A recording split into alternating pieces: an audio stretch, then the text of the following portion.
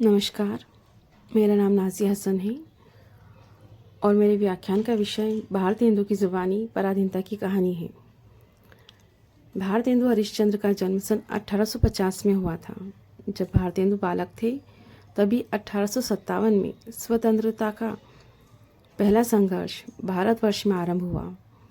पूरे देश में अनेक स्थानों पर इस आंदोलन की चिंगारी फैली हुई थी, लेकिन जल्द ही इसे कुचल दिया गया। 1857 में शुरू हुई क्रांति का प्रभाव पूरे देश पर पड़ा और उस समय में राष्ट्रवाद की चेतना बहुत अधिक फैल रही थी। इसका असर समाज पर पड़ा और साहित्य पर भी।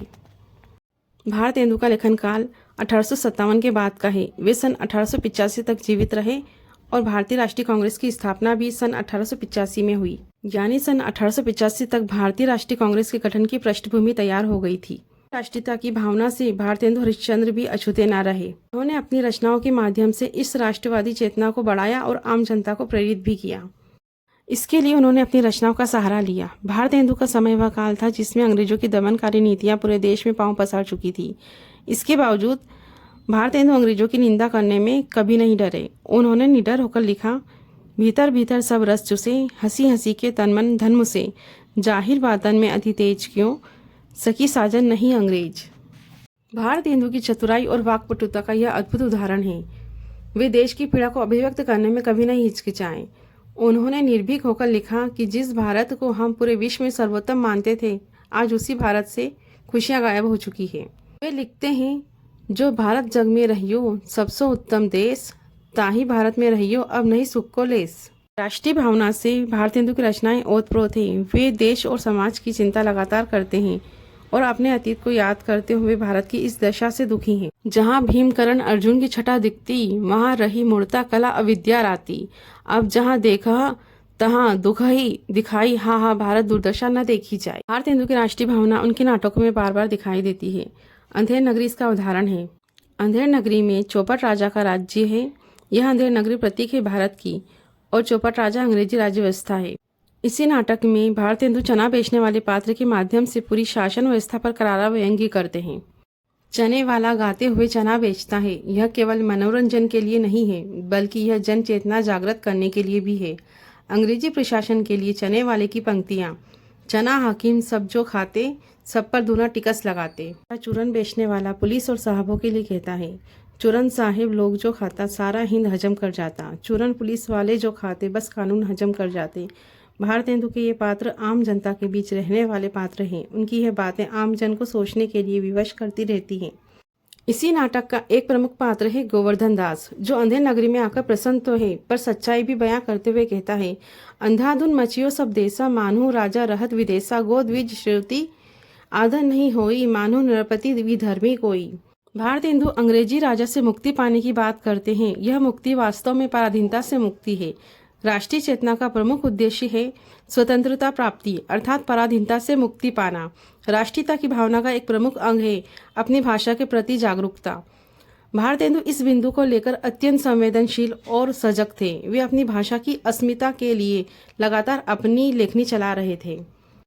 एक और वे कहते हैं, निज भाषा उन्नति अहे सब उन्नति को मूल, तो दूसरी तरफ अंग्रेजी के विस्तार को देखते हुए उसके महत्व को रूपायित करते हैं, पर अपनी भाषा से बड़ा उसे नहीं मानते।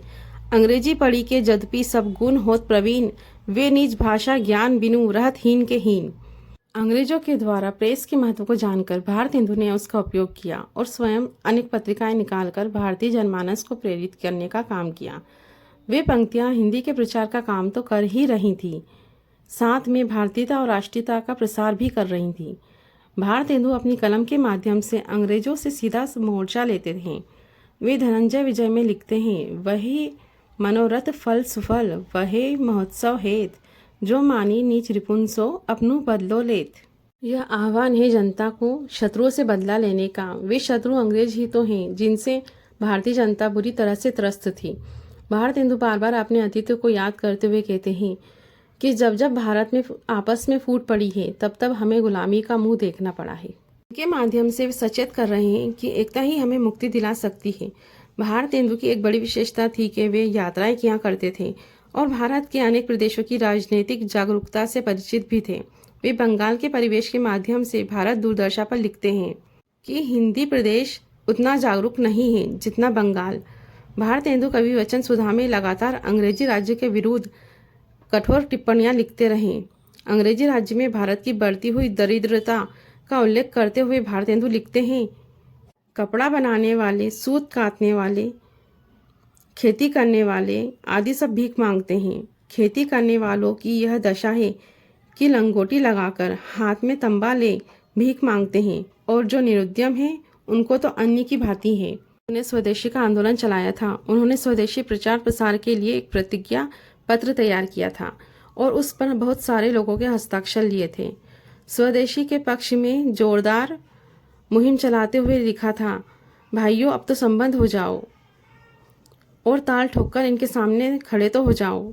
देखो भारतवर्ष का धन जिसमें जाने न पावे, यह उपाय करो। भारतेंदु की यह दृष्टि उन्हें राष्ट्रीयता का प्रबल समर्थक सिद्ध करती है। वे समाज के हर क्षेत्र का मूल्यांकन और विश्लेषण करते हैं, चाहे वह शिक्षा हो, उद्योग हो, सामाजिक सद्भाव हो या राष्ट्रीय चेतना। अपने अनेक निबंधों में भारतेंदु ने सूक्ष्म दृष्टि से विवेचन विश्लेषण किया। निष्कर्ष: भारतेंदु कविता और गद्य की नई शैली के लिए पहचाने जाते हैं। उन्होंने कई नाटक और रोजमर्रा की जिंदगी का चित्रण और सफरनामे लिखे। उनकी सबसे उल्लेखनीय रचनाएं आम लोगों की परेशानियों, गरीबी, शोषण, मध्यम वर्ग की अशांति को दिखाती है और राष्ट्रीय प्रगति के लिए आग्रह करती है।